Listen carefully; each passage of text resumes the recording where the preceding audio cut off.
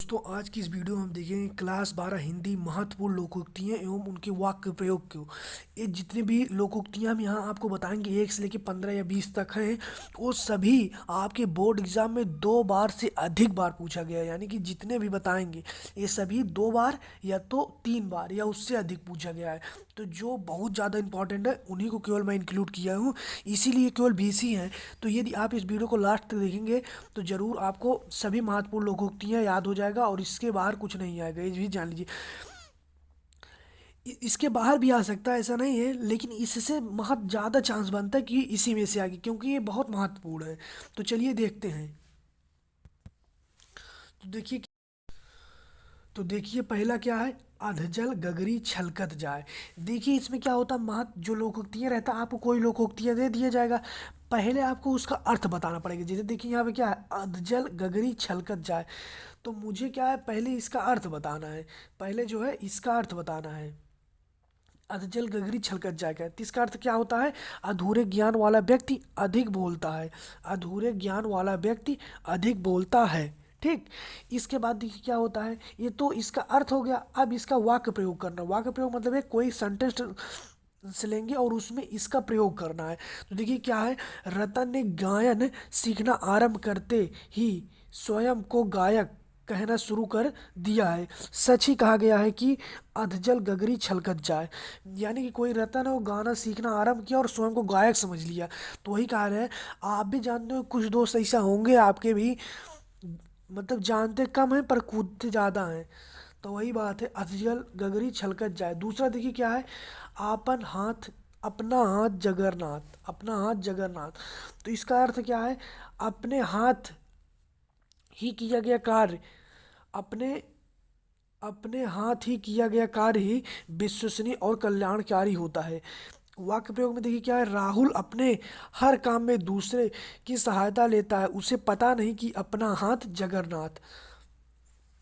इसका मतलब ये है कि देखिए अपना हाथ जगन्नाथ मतलब है कि हमें जो भी काम करना चाहिए वो अपने हाथ से करना चाहिए, और अपने हाथ से किया गया काम ही कल्याणकारी और विश्वसनीय होगा।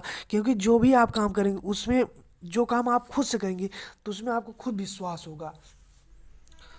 और ये तो उसमें आप गलती भी किए रहेंगे तो आप गलती नहीं निकाल सकते, क्योंकि वो आपके द्वारा खुद किया हुआ है। दूसरा किया रहेगा तो आप जरूर निकाल देंगे। तो दूसरा क्या है, तीसरा देखिए क्या है, आगे आगे नाथ न पीछे पगहा। आगे नाथ न पीछे पगहा, कोई जिम्मेदारी नहीं होना। गांव में आप कुछ लोग तो ऐसे जरूर देखे होंगे जो सुबह केवल खाए लेते हैं, इसके बाद पूरे गांव में वही घूमते रहते हैं। तो उन्हीं के लिए है कि आगे नाथ न पीछे पगहा, मतलब उनके पास कोई जिम्मेदारी नहीं होता है। जैसे कुछ लोग होते हैं ना जिम्मेदार, कि हाँ भाई घर चलाना है, ये सब है, ये सब काम करना है, ये पढ़ना है। कोई जरूरी नहीं, किसी भी क्षेत्र को लेके कोई जिम्मेदारी होती है। जैसे अब आप स्टूडेंट हैं, आपकी जिम्मेदारी क्या है, पढ़ना। लेकिन कुछ ऐसे भी होते हैं उन्हें पढ़ाई लिखाई से कुछ मतलब नहीं, वही जब 10 दिन बचेगा उसी में पढ़ेंगे और फिर। तो उन्हीं के लिए कहा गया है कि आगे नाथ न पीछे पगा, कोई जिम्मेदारी ना होना। बचपन में हर किसी की स्थिति आगे नाथ न पीछे पगा जैसी होती है। जैसे जब हम सबके बचपन होता तो हम सबकी कौन जिम्मेदारी थी, लेकिन आज समय के साथ बढ़ा ना कि हाँ भाई पढ़ना है, ये सब कुछ तो है जिम्मेदारी। तो वही बात है कि बचपन में हर किसी की स्थिति आगे नाथ न पीछे पगा जैसी होती, क्योंकि हम बचपन में हमारे पास कोई जिम्मेदारी नहीं होती। अब चलिए आगे, और ये सभी इम्पॉर्टेंट ही हैं।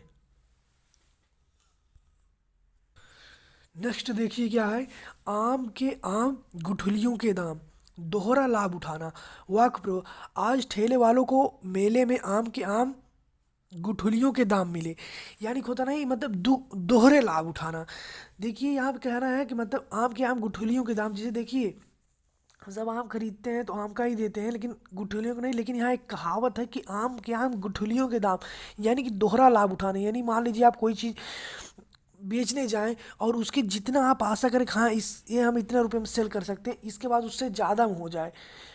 तो वही कहा गया है कि आम के आम गुठलियों के दाम, यानी दोहरा लाभ उठाना। आम के भी और गुठली के भी, जान लीजिए, समझ सकते हैं आप। उल्टा चोर कोतवाल को डांटे, इसका वाक्य प्रयोग देखिए क्या है, उल्टा चोर कोतवाल को डांटे, मतलब क्या है, अपना दोष स्वीकार न करना। उल्टा चोर कोतवाल डांटो, यानी कि अगर किसी की गलती हो, अपनी गलती ना मान के दूसरा पूछने वाले को ही डांटे, तो उसी के लिए कहा गया है कि उल्टा चोर कोतवाल को डांटे, यानी जिसकी गलती है वह खुद अपनी गलती ना माने, वो दूसरे को डांटे। तो क्या है देखिए, अपना दोष स्वीकार ना करना, उल्टा पूछने वाले पर आरोप लगाना। तो वही चीज़ मैं कह रहा हूँ, यानी कि जो आपसे पूछे उसी के ऊपर आरोप लगा देना, जबकि गलती आपकी हो। तो उसका अर्थ क्या है, उल्टा चोर कोतवाल को डांटे। वाक्य प्रयोग में क्या है, गलती सुरेश ने की थी मगर वह दोष अपने पड़ोसी पर लगा रहा था, इसी को कहते हैं अब उल्टा चोर कोतवाल को डांटे। अपने मन से लिख सकते हैं कुछ भी, कोई जरूरी नहीं कि जो हम लिखे वही। वाक्य प्रयोग तो कुछ भी लिख सकते हैं, लेकिन हाँ अर्थ तो यही होगा। नेक्स्ट क्वेश्चन देखिए क्या है, घर का भेदी लंका ढाए। ठीक है, घर का भेदी सगा संबंधी विनाश का कारण होता है।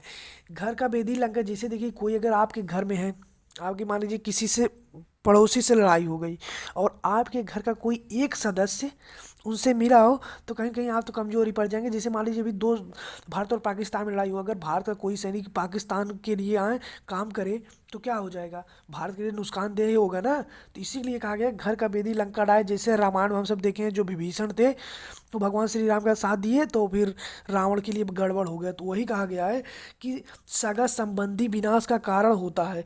तो विभीषण ने भगवान राम का साथ देकर घर में भेदी लंका ढाए का काम किया था, या कर दिया, कुछ भी कर सकते हैं आप। केवल आपको एक उदाहरण ऐसा देना है बस। चोर की दाढ़ी में तिनका, इसका मतलब क्या है, चोर की दाढ़ी में तिनका का मतलब कि दोषी का व्यवहार ही उसका दोष व्यक्त कर देता है। यहाँ पे आप लिख दीजिएगा कि दोषी का व्यवहार ही उसका दोष व्यक्त कर देता है। तो जैसे देख, चोर की दाढ़ी में तिनका, जैसे मान लीजिए आप मतलब देखे होंगे, जैसे मान लीजिए कोई व्यक्ति आया आपके घर, वो चोरी कर लिया, उसके हाव भाव उसके बोल चाल से ही पता लग जाता है कि हाँ इसमें कुछ तो डाउट है। तो वही है कि चोर की दाढ़ी में तिनका, यानी कि उसके व्यवहार से ही पता लग जाता है कि हाँ भाई ये कुछ तो कमी है। ये अगर आप ये नहीं पहचान पाए कि हाँ ये चोरी नहीं किया है, लेकिन उसके व्यवहार से पता लग जाता है कि हाँ भाई कुछ तो दिक्कत है इसके व्यवहार से। वाक्य प्रयोग क्या है, जब यश कोई गलती करता है तो उसके हाव भाव से ये पता चल जाता है कि उसकी स्थिति चोर की दाढ़ी में तिनका जैसी होती है। ठीक, जैसे कोई कोई मान लीजिए यश है, जब वह चोरी करता है तो उसका जो व्यवहार होता है, उसके व्यवहार से ही पता लग जाता है कि मतलब वो कुछ ना कुछ तो किया है। उसके व्यवहार से ही पता लग जाता है कि चोर की दाढ़ी में तिनका। चोर की दाढ़ी में तिनका क्या अर्थ है, व्यवहार से ही, दोषी का व्यवहार उसका दोष प्रकट कर देता है। अब आगे चलते हैं, अगला देखिए क्या है, हाथ कंगन को अरसी किया। प्रत्यक्ष के लिए प्रमाण की आवश्यकता नहीं होती है। प्रत्यक्ष के लिए प्रमाण की आवश्यकता नहीं होती है। जैसे मान लीजिए, प्रत्यक्ष के लिए मतलब है, जैसे मान लीजिए आप हमारा वीडियो देख रहे हैं, अगर आपसे कोई आए, कोई पूछे कि यूट्यूब चला रहे हो कि नहीं, जब वो तो आपको देख ले और आपसे पूछे कि आप मोबाइल चला रहे हैं कि नहीं, तो उसके लिए उसके प्रमाण वमाण की आवश्यकता नहीं, वो प्रत्यक्ष है। अगर आपको कोई काम कोई करते हुए देख ले, तो उसके लिए उसको प्रमाण की आवश्यकता नहीं, वो तो प्रत्यक्ष है। तो वही कह रहा है, जो प्रत्यक्ष है उसको प्रमाण की आवश्यकता नहीं होती है। बंदर क्या जाने अदरक का स्वाद। बंदर बंदर क्या जाने अदरक का स्वाद, यानी कि तो आप जरूर सुनेंगे, तो बहुत प्रचलित है कि मूर्ख व्यक्ति गुणों के महत्व को नहीं समझ सकता। मूर्ख व्यक्ति गुणों के महत्व को नहीं समझ सकता। अब जैसे मान लीजिए, अब गांव में कुछ लोग होते नहीं, दारू पी के लौट जाते हैं, अब आप उनको ले जाइए और किसी बड़े पढ़े लिखे आदमी के पास बैठा दीजिए, तो उनके नज़र में पढ़ाई लिखाई कुछ महत्व है, कुछ नहीं है। तो वही बात है कि जो मूर्ख व्यक्ति हैं, उन मूर्ख व्यक्ति गुणों के महत्व को नहीं समझ सकते, वो पढ़ाई लिखाई के महत्व को नहीं समझ सकते। तो वही बात है, अज्ञानी व्यक्ति शिक्षा के महत्व को नहीं समझ सकते हैं, इसीलिए कहा जाता है बंदर क्या जाने अदरक का स्वाद। होनहार बिरवान के होते चिकने पात। होनहार बिरवान के होते चिकने पात, इसका देखिए क्या है, प्रतिभाशाली व्यक्ति के लक्षण प्रारंभ से ही दिखने लगते हैं। जैसे देखिए एक चीज़ कहा कि जैसे देखिए अगर कोई तेज दिमाग का है या प्रतिभाशाली है तो उसके जो लक्षण होते हैं वो शुरू से ही दिखने लगते हैं हाँ भाई इसमें कुछ विशेष है। इसके लिए देखिए क्या है, किशन के पुत्र को देखकर हर कोई कहता है कि होनहार बीरवान के होते चिकने पात। यानी जो किशन का पुत्र है उसका पुत्र इतना इंटेलिजेंट है कि मतलब शुरू से ही लगने लगता है कि भाई हाँ इसमें कुछ विशेष है, होनहार बीरवान के होते चिकने पात। अब देखिए क्या है, जैसी करनी वैसी भरनी। इसका मतलब एक जैसे आप कोई काम करते हैं वैसे ही आपको भरना भी पड़ता है। ना रहेगा बांस ना बजेगी बांसुरी, झगड़े की जड़ ही समाप्त कर देना।